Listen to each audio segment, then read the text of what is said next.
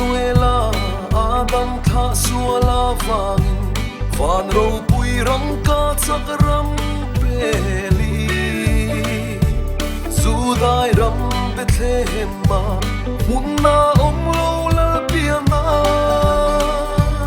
Agak rang thleng Bethlehem daya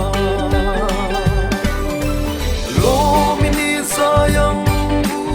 min kang tu apiang ta Hallelujah mingi fakang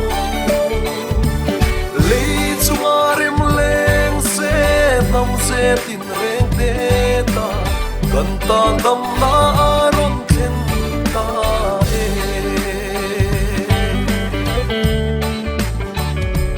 Kaisar lal bing ziak lain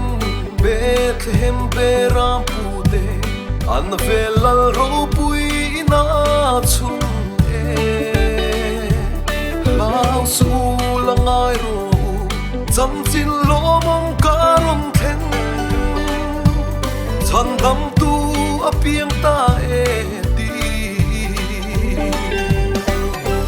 lo mini sayang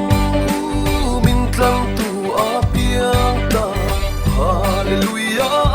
mingi fakang lei chuarem leng se dam se tin reng te ta kan ta dam na ron khen ta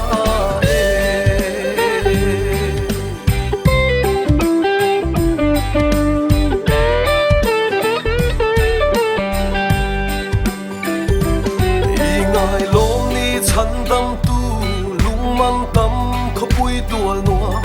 enga nge ram khleng chunga I za o ka ngai ka van kho pui ma se nang ma phang hiani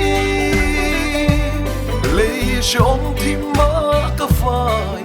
ani lo mini sayang min klang tu apiang ta hallelujah mingi fakang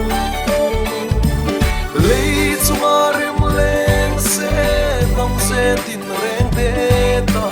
kan ta dam na ron khen ta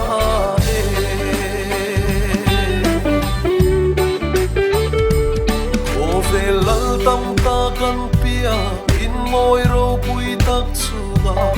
ente valal pian na bong in so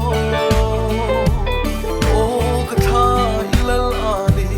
zo tin zong la rang khenga a chun riang marin a choi ang ti lo mini sayang min klang tu apiang ta hallelujah mingi fakang lei chuarem leng se nam se tin reng te ta kan ta dam